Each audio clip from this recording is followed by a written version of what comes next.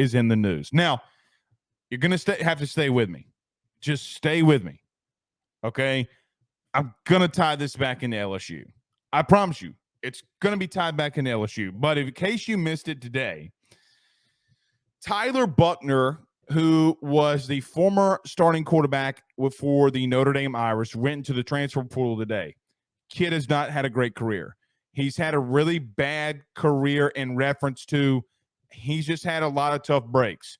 I was told today by a guy that covered him that in high school he tore his ACL as a junior, and then as a senior it was COVID, and he didn't really get to play a whole lot. He goes to Notre Dame. He gets to rotate in at quarterback when Brian Kelly's last year. He comes into some packages. He runs the football. Basically, man, the way that I would describe this Tyler Buchner is a maybe less athletic John Rhys Plumlee. Dude can't throw. Now, if you've been on Twitter, if you've been on social media all day today, when that news came out, the first thing that quote-unquote reporters started talking about was that Tyler Buchner is going to take a visit to Alabama. So as soon as that news was reported on, I literally get a phone call and said, this is basically the 5-minute phone call that I had. Blake, we started talking about Tyler Buchner and whatever. I asked the dude if he could play. Obviously, I know what he said. He said no. He's got a lot. He's very raw. He's got a lot of things he's got to do. I was told that he in the transfer portal. So you have a thing in the portal where when you get put in there, that you can put in there that says do not contact. Well, he has the thing in the transfer portal that tells every other team in the country do not contact him. Well, then how did Alabama? Now, I'm not going to go down the route of me saying Bama's tampering, any of that stuff. And I see what Alabama fans have been saying all day. Oh, he's just getting his coaching career started early. No, he's not. He's got 2 years to play and 2 years to play in 3 calendar years, right? The kid's not giving up football. What is he going to Alabama? I don't know that. But this is what it tells me. Alabama's struggling at the quarterback position. It is of my opinion that, and talking to people, now last week I said that Florida State worries me from an LSU standpoint more than Alabama does. Now you know why. You can pop in that spring game. I mean, look, do you take a lot out of spring games? No, but when you start throwing 3 interceptions from the 2 guys that are going to start in the spring game, you start asking questions. You asked those same questions last year on Jayden Daniels. How did that turn out? Well, Jayden wasn't that bad, but some of you hated him. But Jayden won the SEC West. Jalen Milroe and Ty Simpson isn't that. It feels like a little bit of desperation to me that Alabama has reached out to Tyler Buchner and potentially going to take him in. Now, as an LSU fan, it makes me feel really good because I just don't think that anybody at Alabama right now at that quarterback position can beat you. Now, will Alabama have 10 wins? Will they have 11 wins? Sure. But what's really going on here? You know how the old saying goes, fool me once, shame on you. Fool me twice, shame on me. Pooh, what do they say if it's a third time? Shame on everybody? Maybe, I don't know what they say for a third time. Started thinking about this more today. Brian Kelly comes to LSU and beats Nick Saban, wins the West. Year 1, 62 scholarship players. You know the story. Mason Taylor.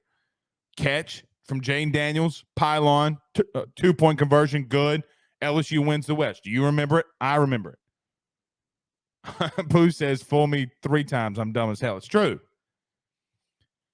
What's Saban doing getting Tommy Rees and former Notre Dame quarterback, potentially Notre Dame starting quarterback Tyler Buchner? Why do you bring in Tommy Rees? guy learned everything under Brian Kelly. Tyler Buchner was also taught under Brian Kelly. I'm not saying that Saban's being petty. I'm not saying that Saban, who I don't think he worries about anybody, is necessarily worried about Brian Kelly. But at that same time and same token, what in the Rudy Poo are you doing? Just some food for thought. I'm not as look. This is the thing for me. I've come out and said that I think Alabama's got question marks before live on this show, and I've gotten burned. I thought they had questions in 2020. I didn't have a lot of faith in Mac Jones.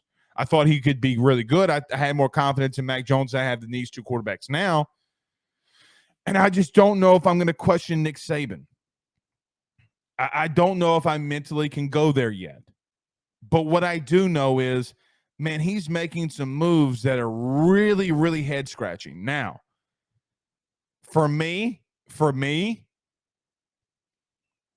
I think he's just trying to get back to the simple things. I think he's trying to get back to just running the football, throwing the ball 25, maybe 30 times a game if they need to, run the ball, play solid defense, and get back to what Alabama used to be before they had the Tuas, they had the Jalens, they had the wide open Mac Jones in that offense. I think that they just want to go back to running the football. And why I've told you on this show religiously, you can say whatever you want about LSU's running game. Oh, Blake, Jane Daniels accounted for a third of their rushing yards. Well, what if the smartest coach in college football is doing the same damn thing? If the best college football coach of all time is doing the same exact thing, who am I to say maybe we're on to something? But to go and get Tommy Rees, a former OC from and quarterback who learned everything from Brian Kelly, and a quarterback that Brian Kelly recruited. And by the way, Tyler Buchner is not going to go to Alabama to ride the pine. Alabama does not reach out to Tyler Buchner to ride the pine. He just doesn't. And if he comes in and he commits to Alabama, I would expect either Milroe or Simpson to leave. This isn't like, I mean, think about this. And before you say, like, I don't know if they will, this time last year, everybody in this chat, listen to us on the podcast, everybody thought that the quarterback that would leave, if Jane Daniels ultimately came back and played 2 years at LSU, would be Garrett Nussmeier. How did that turn out? Walker Howard left and is now at Ole Miss. You just don't know how it all is going to turn out. But I do believe one of those dudes will leave. And I think it's a sign sent to Jalen Milroe. I think it's a sign sent to Ty Simpson. I don't think it's a sign sent to Eli Holstein or the Lonergan kid. I mean, how could it be? Those kids are freshmen. There's no way that they keep, if Buchner comes in, Buchner, Ty Simpson, Milroe, Holstein, and Lonergan. 5 scholarship quarterbacks, it ain't going to happen. It ain't going to happen. And for all of you that do not and have not watched Notre Dame football before or the last couple of seasons, especially last year, Tyler Buchner is Rudy Poo at throwing the ball. You think to every LSU fan in here that might not like Jane Daniels, I double dog dare you to go watch Tyler Buchner film. It's worse than watching paint dry. It's worse.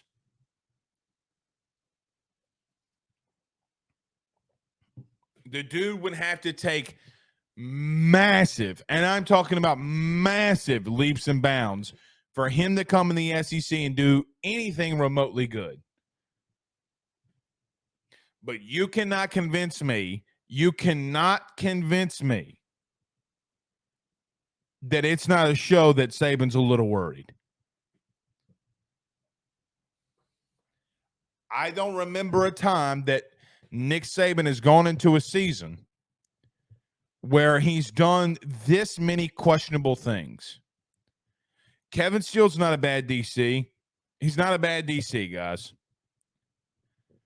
I mean, what he showed and what the defense that he ran against LSU in 2019 at Auburn shows he's not a bad DC at all.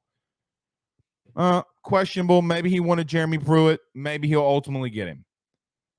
But are you going to sit here right now and tell me that you are going to have faith in Tyler Buchner, Ty Simpson, Jalen Milroe, and Tommy Rees? Now, Alabama's got weapons, but they're going to have to get back to their bread and butter. They're going to have to get back to big physical O-line play, running the football, play action, getting your H-back, your tight ends, maybe putting a slot receiver in motion, doing a little play action, get him out in the flat. They're going to have to do that. Now, yeah, they'll take deep shots. They'll throw the ball down the field. They'll get some quick slants here and there. You know that. But their base defense, or base offense, rather,